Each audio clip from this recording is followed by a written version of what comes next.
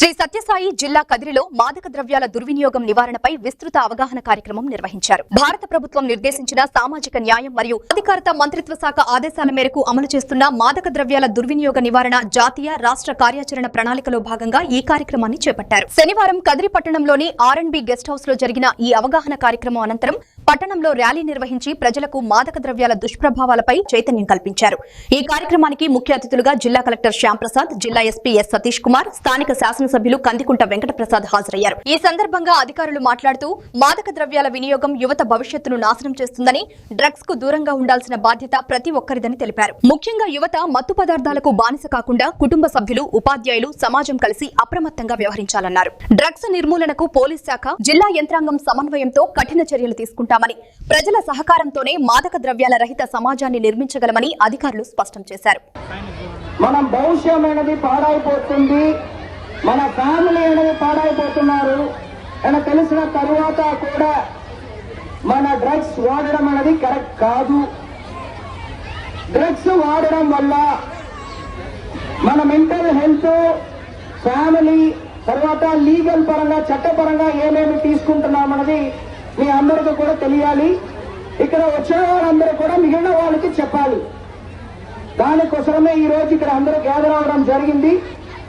School పిల్లలు ఉన్నారు, NGOs ఉన్నారు, ఆటో నడుపుతున్న వాళ్ళు ఉన్నారు, అన్ని మతాల వాళ్ళు, కులాల వాళ్ళు అందరూ ఉన్నారు. మీరు ఈ గంజా కానీ ఏ విధమైన డ్రగ్ కూడా మనం వాడకూడదు అనే ఒక మెసేజ్ ని మీ అందరికీ పంపించాలన్న ఉద్దేశంతో పాటు ఈరోజు honourable collector sir, honourable MLA గారు అందరినీ కూడా ఈరోజు ఇక్కడ ఇన్వైట్ చేయడం జరిగింది.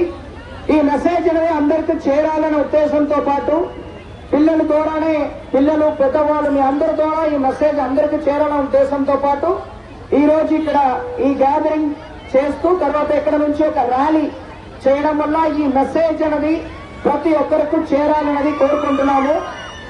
అదేవిధంగా మీరు బట్టి మీకు గుర్తుంచుకోవాలి. సో ఎనీ డ్రగ్ అంటే దాదాపు 40-42 మంది ఉన్నారు గంజా కేసెస్ లో ఇన్వాల్వ్ అయిన వాళ్ళు.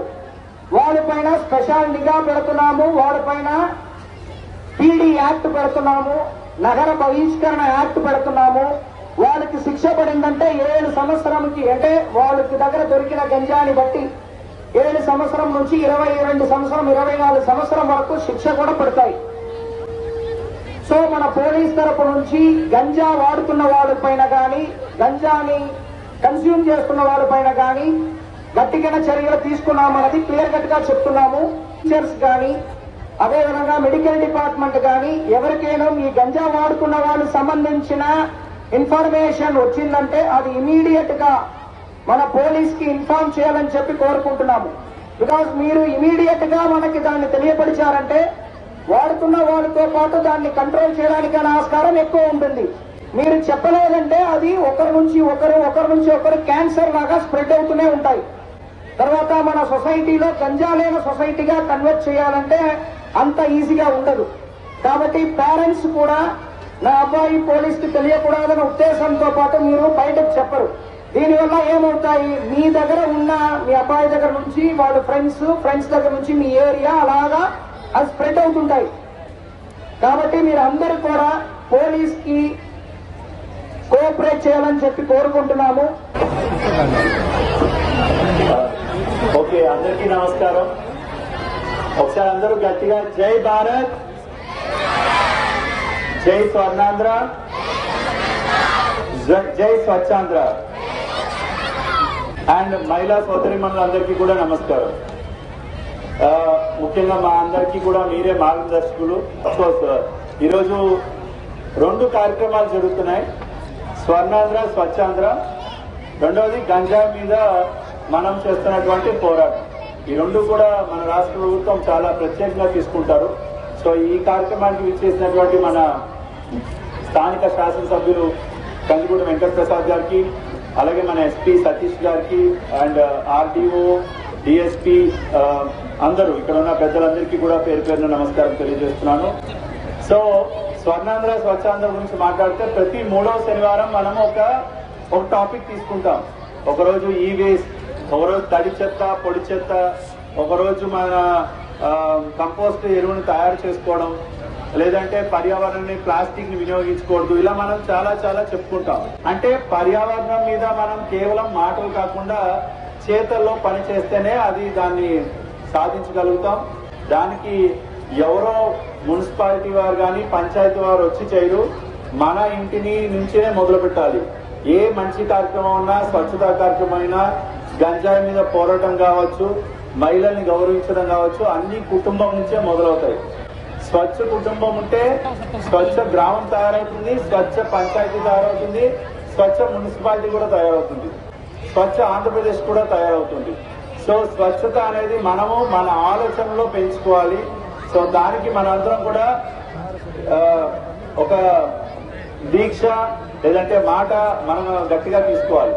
అలాగే మన ఇంటి దగ్గర ఉన్నటువంటి చెత్త నుంచి మనం ఎరువు తయారు చేసుకొని మష్రూమ్ కల్టివేషన్, మన మిద్దె మీద కూరగాయలు పండించుకున్నట్లయితే ఆరోగ్యవంతమైనటువంటి వెజిటేబుల్స్ తినచ్చు, పర్యావరణాన్ని కాపాడిన వాళ్ళని కూడా అవుతాం మనం.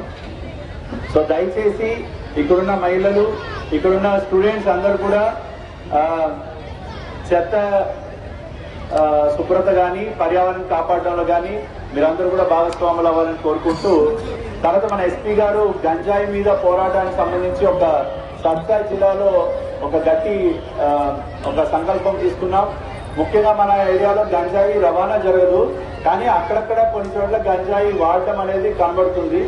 ఈ గంజాయి మత్తులో ఎంతమంది తమ అంటే ఫిజికల్ గా హెల్త్ పాడు చేసుకుంటున్నారు, మెంటల్ గా ఇంబ్యాలెన్స్ అవుతున్నారు, సొసైటీలో వైలెన్స్ లో పాల్గొనడం కానీ, కుటుంబంలో డిస్టర్బెన్సెస్ రావడం కానీ మనం చాలా మందిని చూసి అంటే కెరీర్ డిస్ట్రాయ్ అయిపోతుంది చాలా మందికి. సో దయచేసి గంజాయి మీద మీరందరూ కూడా, నేను గంజాయి తీసుకోను, గంజాయిని నా ప్రాంతంలో కానీ మా ఏరియాలో కూడా లేకుండా చేస్తానని చెప్పి వాగ్దానం తీసుకోవాలి. ఏదైతే మనకి టోల్ ఫ్రీ నెంబర్, మీ లోకల్ ఎస్ఐ గారి నెంబర్స్ ఉన్నాయి మీ అందరి దగ్గర.